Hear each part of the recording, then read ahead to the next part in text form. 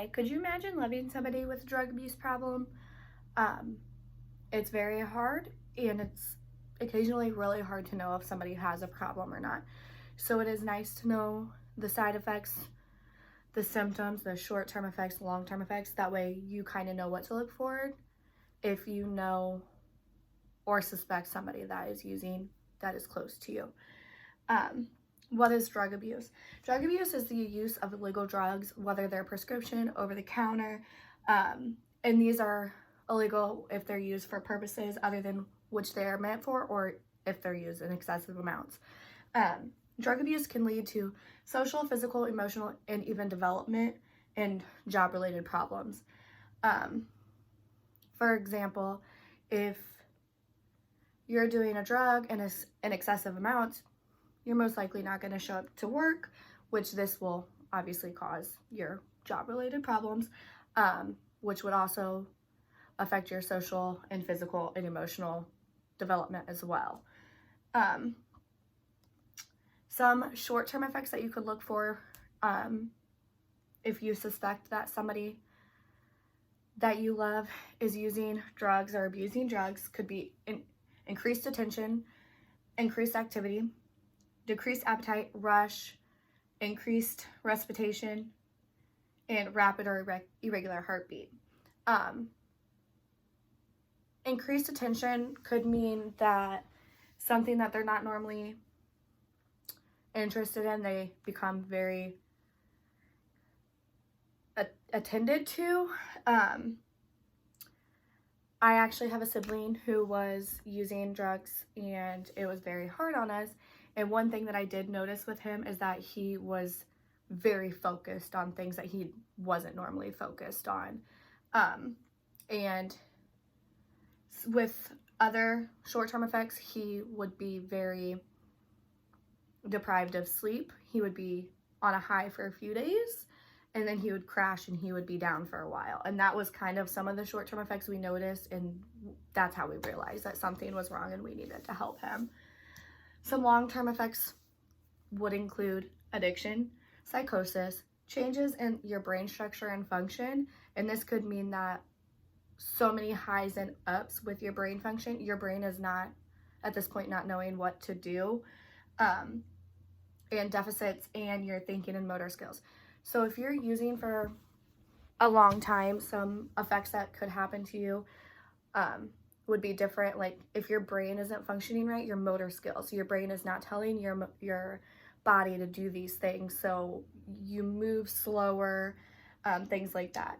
Memory loss is a big long-term effect from so many drugs that you're taking and the amount that you're taking. It's, again, your brain function, so you're losing your memory. You have no idea what's going on, especially if you're high at the moment. You're most likely not knowing what's going around you, and even you don't have any idea what you did.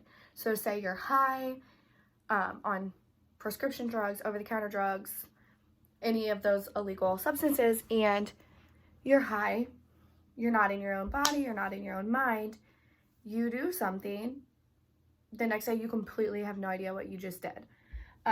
Violent behavior. This is a big one that I really noticed with my brother. He would become very violent and aggressive with situations that he didn't normally get violent or aggressive with. For example, my parents, like, they would mention things to him and he would just become very violent and aggressive with them regardless of the situation. It could be super simple and he would just lash out, and he couldn't help it. It was just a side effect that he had, and he really just needed the help. And weight loss. Weight loss is a big one, and I've noticed this a lot with people that I know have used drugs or are using drugs, that they become very skinny and they do not look healthy and they do not look like themselves. Their clothes don't fit, and it's all related to the drugs, because once you're using, sometimes you don't even eat because you have the you could have decreased appetite or you could have increased appetite. It really just depends, but the drugs and everything, it still will make you most likely lose the weight. Some signs of drug abuse, they could include being overactive or underactive. This really could just vary on the different types of drugs that you are using. repetitive speech patterns. This could include just constantly repeating yourself. For example, I'm hungry, I want this. You could even then eat, and then you could say the same thing. I noticed that a lot with my brother as well. Dilated pupils and red eyes. This is very common, and this is one of the most noticeable signs with drug abuse, because your eyes, they just turn bright red, they become very dilated, and you don't really look the same. Again, weight loss is a sign of drug abuse. If you notice somebody just lost a ton of weight super quick, it was probably most likely not in a healthy way. Changing eating habits. This could include increased appetite, decreased appetite. Really, again, it just varies on the different types of drugs that you're using. In my brother's case, he did cocaine and he had no appetite at all. So he hardly ever ate. We could barely get him to eat anything. And that was a lot of the reason that he started to lose a lot of weight. Unusual odors due to lack of personal hygiene. Once you're doing the drugs, your mind is in a completely different place. You're not in your own body. You don't think about it. You don't have any idea that, oh, I should go shower, I should wash my body. So that is another sign, is that you notice that their BO, their body odor, becomes a little bit more heavy than it normally is. There are 3 factors that can affect your drug abuse, which include your biology, your environment, and your development. And this all goes back to your childhood. Your biology, biological studies identify specific brain pathways and chemicals that may underlie specific aspects of addictions and addiction vulnerability. So, for example, if my parents were drug addicts when they were younger and my brother saw that, then he would most likely pick up on these as well. Not always, but if he sees that, he thinks it's normal.